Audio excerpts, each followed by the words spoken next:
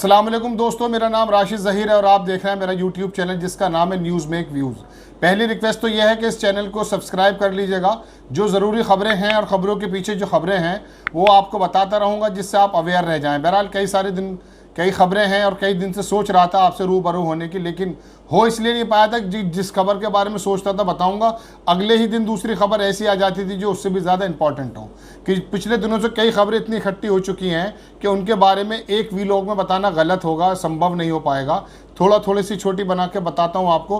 पहले खबर ले लेता हूँ कि जासूसी के बारे में आप सुन चुके होंगे कि हिंदुस्तान की सरकार पर, नरेंद्र मोदी की सरकार पर एक जासूसी का आरोप लगाया जा रहा है, जिसमें कहा जा रहा है कि जासूसी कर रहे थे विपक्ष के नेता की और एक इजराइल की जो कंपनी NSO, उसका एक सॉफ्टवेयर है, सॉफ्टवेयर नहीं कहेंगे उसको, स्पाईवेयर कहेंगे। कंप्यूटर में 3-4 चीज़ें होती हैं, आपने सुना है, software, hardware, malware, spyware. Spyware कहते हैं जासूसी वाला कोई ऐसा मालवेयर यानी कि सॉफ्टवेयर जिससे जासूसी की जा सके।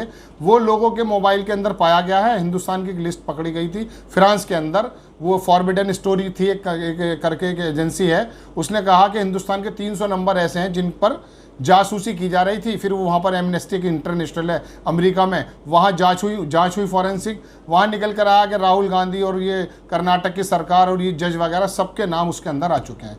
तो जासूसी का एक आरोप लगा, लेकिन ये आरोप लगा है, जासूसी तो हर सरकार करती है। पुराने राजा महाराजा जो हमारे सलाउद्दीन अय्यूबी हुआ करते थे, उनकी कामयाबी का सबसे बड़ा रीज़न ये था कि उनका जासूसी विभाग बहुत मजबूत था। तो ये तो सरकार पर आरोप लगाना या ये कहना कि आप जासूसी कर रहे थे, ये तो गलत है। मनमोहन सिंह 2010 में कह चुके हैं कि जासूसी की जा सकती है, लेकिन जासूसी किन की जा सकती है, सवाल ये है। अब अगर इस आरोप के अंदर जो विपक्ष ने आरोप लगाया और हंगामा है, और वाकई एक बड़ी हंगामे की खबर यह है जो मैं आपको बता रहा हूँ कि देखिए, जासूसी अपने विभाग की जाए, सुरक्षा के मद्देनज़र की जाए, मुझे लगता है इसके अंदर कोई बुराई नहीं है। लेकिन जब जासूसी अगर इस बात की जाए कि विपक्ष का क्या प्रोग्राम है और विपक्ष की कौन सी रणनीति है, चुनाव के अंदर वो कौन सा प्रोग्राम बना रहा है, या इनकी सरकारें कैसे बना दी जाएं, कैसे बिगाड़ दी जाएं, तब वाकई एक सवाल बनता है कि इस जासूसी का जो उद्देश्य है वो देश की सुरक्षा नहीं है, अपने काम को अच्छे तरीके से क्वालिटी पैदा करना नहीं है, बल्कि इलेक्शन के मद्देनज़र अपने आप को लंबे समय तक सरकार में रख करके विपक्ष में नज़र रखना, ये वाली बात गलत होती है। और यही बात मुझे लगता है कि जासूसी से बाहर जो निकल करके की जा सकती है, ये गलत है। इसके अंदर लोगों की निजता, उसका एक हनन हुआ है, विपक्ष के लोगों की, विपक्ष के नेताओं की, पत्रकारों की, अखबारों के मालिकों की, और कुछ इनके अपने मंत्री थे भारतीय जनता पार्टी के, जिनके बारे में कहा गया कि इनके भी मोबाइल में वो जो स्पाईवेयर है, जासूसी जो सॉफ्टवेयर है, वो डाला गया था या डालने की कोशिश की गई थी। बहरहाल ये खबर है जो मैं आपको बता दूं, चूंकि होता यह है कि भारतीय जनता पार्टी और यह केंद्र सरकार इतने भारी भारी शब्दों का इस्तेमाल करती है। कभी कहती है टूल किट, आधे से ज़्यादा हिंदुस्तानी 90% हिंदुस्तान को यही नहीं पता टूल किट क्या होता है। क्योंकि अब हम आप रोटी रोजी के चक्कर में लगेंगे या संबित पात्रा के टूल किट के बारे में जानकारी करेंगे। एक मसला है, हमें अपने बच्चे पालने हैं, कारोबार करना है, या रोटी का इंतज़ाम करना है, पढ़ाई के मसले में सोचना है, बीमारी के बारे में सोचना है। ये टूल किट और ये स्पाईवेयर, इन बातों से क्या मतलब आम हिंदुस्तानी का, वो तो मोटी मोटी बातें समझता है। बहरहाल ये हमने आपको बताना ज़रूरी था कि ये किस तरह का जासूसी है, कर रहे थे या करने का आरोप है, उसके बारे में आपको जानकारी दे दी गई है। अब बात यह है कि जी हमारे मोबाइल के अंदर जानकारी दी गई है। देखिए, चरित्र प्रमाण पत्र जो तहसीलों से बनता है, थाने से बनता है, सरकारी विभागों से बनता है, आपके और मेरे हाथ में आने वाला एक मोबाइल हमारा आज हकीकत में चरित्र प्रमाण पत्र है। किसी का मोबाइल ले लो, उसके चरित्र के बारे में आप जान सकते हैं। ये खबर से अलग बात है जो मैं आपको बता रहा हूँ, इसमें थोड़ा सा आप सुन लीजिए। तो मैं कहता यह हूँ कि जिन लोगों की जासूसी हुई, या हमारी ही बात सुन लीजिए कि अगर हमारे ही मोबाइल के अंदर इस तरह का डाटा है, क्यों है डाटा, क्यों है ऐसा गलत डाटा जो किसी के दूसरे के दिखने से हमें परेशानी होती है। अब आप कहेंगे ये तो कोई बात नहीं, फैमिली के फ़ोटोज़ भी हो सकते हैं, लेकिन फैमिली के तो सबके लोगों के हाथ में मोबाइल्स हैं। सब बच्चे अपने जो है टिकटॉक बनाते हैं, सब फेसबुक पे हैं। ये बिगाड़ तो एक ज़माने पहले आ चुका। अगर अकॉर्डिंग टू इस्लाम या अकॉर्डिंग टू मुस्लिम कम्युनिटी इसे बुरा भी आप समझते हैं। बात यह, मोबाइल के अंदर ऐसी चीज़ें नहीं होनी चाहिए, चाहे वो राहुल गांधी हो या मैं हूँ या आप हो, जिसके बारे में कहें जी हमारी बात है। यानी कि फिर आपका दोहरा चरित्र है, एक आप समाज को दिखाते हैं, एक आपके मोबाइल के अंदर है। आप जो बाहर से हैं वो अंदर से होने चाहिए, जो अंदर से हैं जो बाहर से होने चाहिए। तरीका तो ये है, इस्लाम तो ये सिखाता है।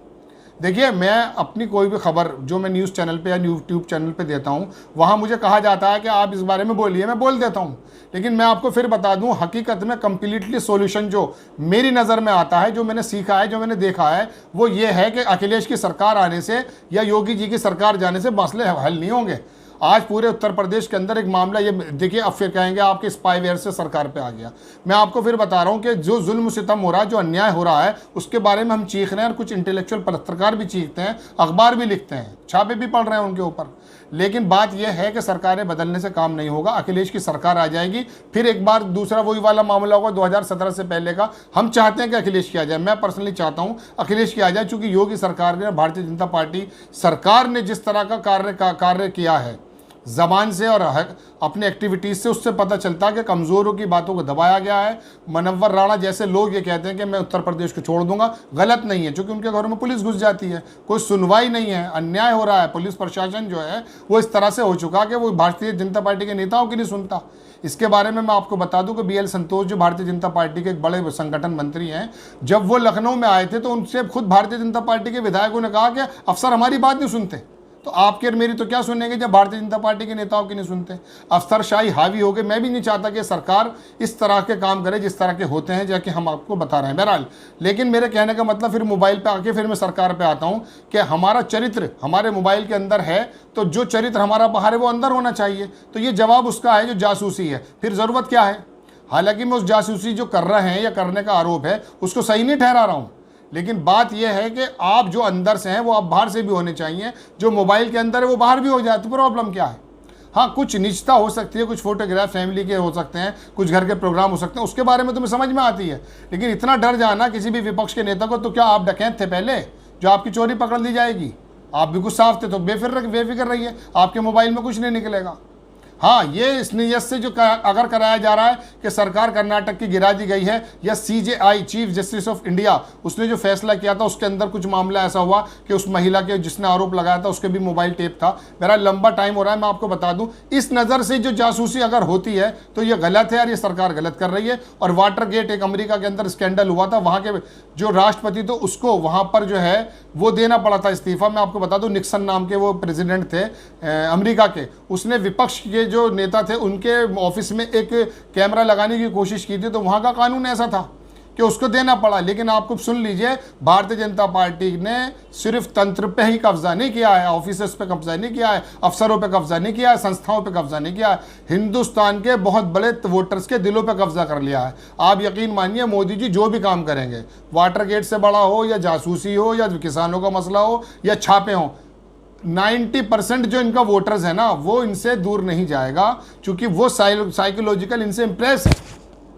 तो ये जो कोशिशें हैं इनको बदनाम करने की, इन पर आरोप लगाने की, इन पे कोई फर्क नहीं पड़ता, और इसी से निरंकुश होकर के ये काम ये करते हैं। चाहे ये जासूसी कराएं, चाहे किसानों की 7 महीने से बात ना सुने, किसानों के खिलाफ हो जाएगा इनका वोटर, जासूसी की बात उठाने वाले उनके खिलाफ हो जाएगा इनका वोटर। समय रहने दीजिए, कुछ समय के बाद मुझे ऐसा लगता है कि इनके कार्यकलाप जो मेन स्ट्रीम मीडिया नहीं बता रही है, धीरे धीरे वो खुल के आएंगे। जिस तरह से हालात अर्थव्यवस्था की हो चुकी है, 23 करोड़ लोग गरीबी रेखा के नीचे आ चुके हैं, जो 2004 से लेकर 2016 तक, इसमें 2 साल का कार्यकाल मोदी जी का भी है, मनमोहन सिंह ने जो 30-32 करोड़ लोगों को गरीब रेखा से निकाल करके, 67 करोड़ थे 2004 में, उनको 30-32 करोड़ के करीब ले आया था। गरीबी रेखा से ऊपर जो नीचे रह रहे थे उनको ऊपर ले आया था वो।